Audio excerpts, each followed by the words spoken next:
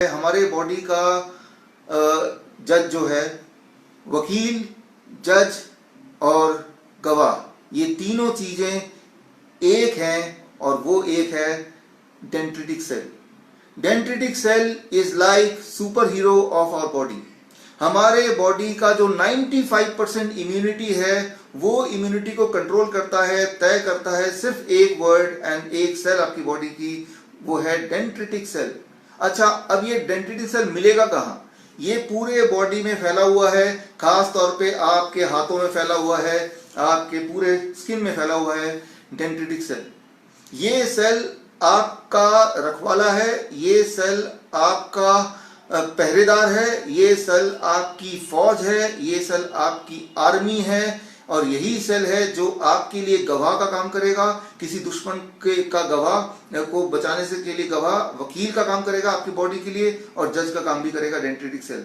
ये सेल कहाँ पाया जाता है? आपके पूरे बॉडी में पाया जाता है, हाथ में, स्किन में, हर जगह पाया जाता है।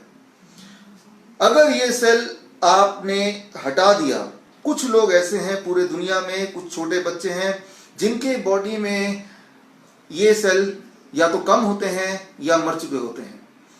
वही लोग हैं जो डायबिटीज टाइप 1 पेशेंट बन जाते हैं, ऑटो इम्यून डिजीज आ जाता है, एलर्जी आता है, या किसी भी तरह का स्किन डिजीज आ जाता है। तो छोटे बच्चे डायबिटीज टाइप 1 या ADHD मेंटल डिसऑर्डर या फिर स्टमक इन्फेक्शन, अल्सर या और भी किसी तरह का एलर्जी या ऑटो इम्यून डिजीज, ये सारा कुछ होता है अगर बचपन से अनफॉर्चुनेटली डेंड्रिटिक सेल आपके बॉडी में कम हो या वो किसी वजह से मर जाए। अब ये सेल कैसे काम करता है अगले 2-3 मिनट में आपको समझा दूंगा, और उसके बाद सारा कुछ आसान। तो अगला 2-3 मिनट एक बार ध्यान समझिए। जब भी आपके बॉडी में कोई भी चीज एंटर करती है, खास तौर पे मुंह से, तो आपके बॉडी में जो डेंड्रिटिक सेल हर जगह फैले हुए हैं, ये डिसाइड करता है ये जो भी चीज बॉडी के अंदर गया है ये बॉडी का दोस्त है या दुश्मन है। जब भी कोई चीज आपके बॉडी में एंटर करती है, मुंह से, नाक से, या मच्छर काटेंगे तो स्किन से, या कोई जर्म, कोई खून निकल रहा है वहां पे कुछ कीटाणु चले जाएंगे बॉडी के अंदर, आपके बॉडी के अंदर स्किन के माध्यम से, नाक के माध्यम से, मुंह के माध्यम से, किसी माध्यम से जब भी कोई भी चीज एंटर करता है, चाहे वो दवाई एंटर करती है, चाहे वो खाना एंटर करता है, चाहे वो बैक्टीरिया एंटर करता है, चाहे वो वायरस एंटर करता है, कोई भी चीज जब बॉडी में एंटर करता है तो आपके बॉडी में वो जो सुपर हीरो है, सुपर हीरो डिसाइड करता है कि ये दोस्त है बॉडी का या दुश्मन है, दोस्त है या दुश्मन है। तो फॉर एग्जाम्पल कोई वायरस एंटर करेगा, कोई बैक्टीरिया एंटर करेगा, कोई ऐसा केमिकल एंटर करेगा जो बॉडी को नुकसान करता है, तो कौन डिसाइड करेगा कि ये दोस्त है दुश्मन है? सिर्फ एक सेल डिसाइड करेगा, उसका नाम है डेंड्रिटिक सेल। और अगर उसने डिसाइड कर लिया ये तो दुश्मन है, तो डेंड्रिटिक सेल फिर आदेश देगा पूरे बॉडी में, फौज है जिसे हम इम्यूनिटी बोलते हैं, जिसे हम टी सेल्स बोलते हैं या इम्यून सेल्स बोलते हैं, उसको फौज को इशारा देगा कि भाई ये दुश्मन आ गए हैं, इन पे अटैक करो। और दुश्मन वो वायरस हो सकता है, वो कोरोना वायरस हो सकता है, वो H1N1 हो सकता है, वो ट्यूबरकुलोसिस का बैक्टीरिया हो सकता है, वो कोई और पैथोजन हो सकता है, वो कोई केमिकल हो सकता है, वो कोई पॉइजन हो सकता है, जो भी वो है, फिर हमारी इम्यूनिटी पूरी ताकत लगा के उसको मार देगी। इससे फर्क नहीं पड़ता है, कोई मतलब नहीं है कि उस वायरस का, उस बैक्टीरिया का, उस पैथोजन का नाम क्या है। वो हमारा काम नहीं है नाम उसका ढूंढना, डायग्नोस करना, हमारा बिल्कुल काम नहीं है। ये काम तो सुपर हीरो का है, और सुपर हीरो या तो बॉलीवुड में होंगे या फिर हमारे बॉडी के अंदर होंगे। ये डेंड्रिटिक सेल अगर आपके पास है तो आप वायरस से, बैक्टीरिया से मर नहीं सकते। क्यों नहीं मर सकते? क्योंकि जैसे ही वो बॉडी के अंदर जाएगा, जैसे ही वो बॉडी के अंदर जाएगा, हमारे डेंड्रिटिक सेल उसको पहचान लेगी कि ये दोस्त नहीं है, ये दुश्मन है। अच्छा, दुश्मन है तो सारी सोल्जर्स को ऑर्डर कर देगी, और सोल्जर जब लड़ाई कर रहे होते हैं वायरस से या बैक्टीरिया से, आपको तो पता ही है कि तब हमारे बॉडी का टेम्परेचर बढ़ जाता है। टेम्परेचर भी एक टूल है, एक वेपन है, जिससे जब टेम्परेचर बढ़ जाएगा बॉडी का, तो ऐसे में हमारे अंदर जो वायरस है वो इनएक्टिव हो जाते हैं।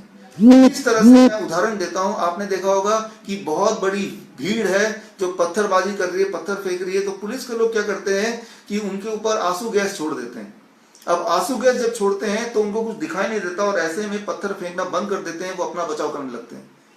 तो जब टेम्परेचर बॉडी का बढ़ जाता है तो बॉडी के अंदर जो वायरस है, बैक्टीरिया है, वो आंसू गैस की तरह होते हैं और बैक्टीरिया वायरस वहीं पे स्टॉप हो जाते हैं, मल्टीप्लाई नहीं कर पाते और वो इनएक्टिव हो जाते हैं, वो टूटने लगते हैं टेम्परेचर जब हाई होता है। लेकिन टेम्परेचर हाई का आदेश कौन देता है? वो डेंड्रिटिक सेल का सारा कमाल है। और टेम्परेचर जैसे ही बढ़ा तो हमारे बॉडी का न्यूट्रिशन, हमारे बॉडी का ईंधन, हमारे बॉडी का पानी, वो सारा कुछ ज्यादा इस्तेमाल होता है। तो ऐसे में आपका बॉडी आपको आदेश देता है चुपचाप बैठ जाओ, लेट जाओ, काम मत करो, किसी से बात मत करो, ताकि बॉडी अपनी एनर्जी बचा सके और सारी की सारी एनर्जी लगा सके लड़ने में, वायरस को भगाने में। तो टेम्परेचर का बढ़ जाना या बुखार फील करना या वीकनेस फील करना ये बीमारी नहीं है, ये तो बॉडी में लड़ाई चल रही है और लड़ाई का एक सिम्टम बोल सकते हैं, एक वार्निंग साइन बोल सकते हैं। ऐसे में हमें अपने बॉडी का सपोर्ट करना है। ऐसे में आप टेम्परेचर को घटाएंगे तो दवाई लेके, इसका मतलब कि जैसे ही टेम्परेचर घटेगा तो मान लो जो आंसू गैस चला रहे थे पुलिस, उनकी आंसू गैस जैसे ही खत्म होंगे तो वो जो मॉब था, वो जो अटैक करने वाले अनरूली मॉब थे, वो दोबारा से एक्टिव हो जाएंगे। इसलिए कभी भी आपको तो पता ही टेम्परेचर घटाना नहीं चाहिए, घटाना, टेम्परेचर बढ़ा रहेगा तो ही लड़ाई जारी रहेगी और तभी आप इस लड़ाई को जीत सकते हैं। ये तो सिंपल बातें हैं जो आपको पता ही है, तो इसमें ज्यादा डिटेल में जाने की मुझे आवश्यकता नहीं है। किसी को पूछना तो बाद में पूछ लीजिएगा। मैं यहाँ पे सिर्फ एक ही बात बोलना चाहूंगा कि जब भी कभी आपके बॉडी के अंदर कोई भी ऐसी चीज जाती है जो बॉडी के लिए नुकसानदेह है, वो वायरस हो सकता है, बैक्टीरिया हो सकता है, केमिकल हो सकता है, कोई भी चीज हो सकती है, तो हमारे बॉडी में एक डेंड्रिटिक सेल है जो उसको अटैक करेगा, जो पूरे बॉडी को एक्टिवेट करेगा। डेंड्रिटिक सेल अगर नहीं है या वो मर गए हैं, उसके कारण क्या है? एक कारण, बॉडी में बार बार केमिकल्स अगर आप देंगे तो डेंड्रिटिक सेल मर जाएंगे। जैसे जो लोग परफ्यूम ज्यादा लगाते हैं तो केमिकल बॉडी में, राइट, केमिकल के शैम्पू लगाते हैं बार बार तो डेंड्रिटिक सेल मर जाएंगे। ये बार बार सैनिटाइज करेंगे अपने हाथ को तो डेंड्रिटिक सेल मर जाएंगे, राइट। या फिर आप वैक्सीनेशन करेंगे, बचपन में जब वैक्सीनेशन होती है, वैक्सीन में मैं एक छोटी सी बात बता के खत्म करूंगा।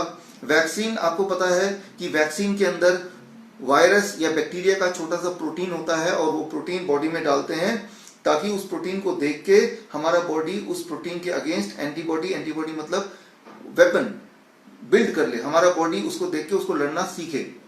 लेकिन जब वायरस का छोटा सा प्रोटीन हम बॉडी में डालते हैं इंजेक्शन के माध्यम से, तो डेंड्रिटिक सेल हमारी बॉडी को बोलता है, देखो भाई ये जो प्रोटीन है ना, ये आपका कुछ बिगाड़ने नहीं वाला, वो एक्चुअल वायरस नहीं है, ये सिर्फ उसका छोटा सा प्रोटीन है।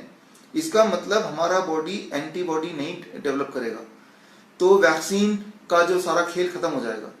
तो वैक्सीन जब भी कोई आपके बॉडी में डाला जाता है तो वैक्सीन में वायरस का छोटा सा पार्ट के साथ साथ एल्युमिनियम या इस तरह के कुछ और केमिकल भी डालते हैं। एल्युमिनियम क्या करता है? वो वही करता है जो आंसू गैस किसी की आंखों में करेगा। एल्युमिनियम या इस तरह के केमिकल डेंड्रिटिक सेल के आंखों में आंसू गैस की तरह काम करता है। अब डेंड्रिटिक सेल को दिखाई नहीं देता कि सामने वो दुश्मन है या दोस्त है, तो डेंड्रिटिक सेल की जो ताकत है वो खत्म हो जाती है। तो मैं ये बोलना चाह रहा हूं, जाने अनजाने बचपन से हमने अपने ही डेंड्रिटिक सेल को कई तरह से मारने की कोशिश की, कभी वैक्सीन से, कभी केमिकल से, कभी सैनिटाइजर से। और जब जब डेंड्रिटिक सेल को आप मारेंगे तब तक अगर कोई दुश्मन, कोई वायरस, बैक्टीरिया बॉडी में अटैक करेगा तो आप बीमार पड़ेंगे और तब मौत हो भी सकती है। तो याद रखिए, आपके बॉडी का सिर्फ एक ही दोस्त है, वो है डेंड्रिटिक सेल। और जब तक डेंड्रिटिक सेल इस दुनिया में है तब तक आपको वायरस और बैक्टीरिया की चिंता करने की जरूरत नहीं है। अगर आपको मेरी बात पे यकीन नहीं हो रहा तो अगले एक लाइन जो मैं बोलूंगा उसके बाद आपको मेरी बात पे यकीन हो जाएगा। डेंड्रिटिक सेल का डिस्कवरी जिस इंसान ने किया था उनका नाम है रैल्फ स्टेनमैन।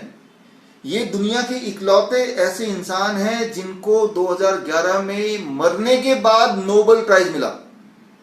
दुनिया में एक ही इंसान को मरने के बाद नोबेल प्राइज मिला, क्योंकि नोबेल प्राइज दिया जाता है, उसका एक नियम है कि नोबेल प्राइज देंगे तभी जब वो जिंदा होगा, मरे हुए इंसान को नोबेल प्राइज नहीं दिया जाता।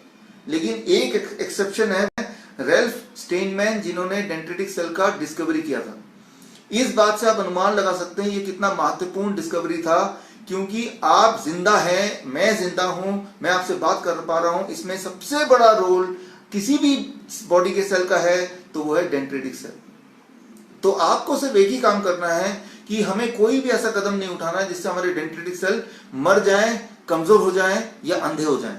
तो मरेंगे कैसे, कमजोर कैसे होंगे, अंधे कैसे होंगे? एक, वैक्सीनेशन से होंगे। दो, केमिकल से होंगे, चाहे केमिकल आप किसी दवाइयों के माध्यम से पिएं या लगाएं।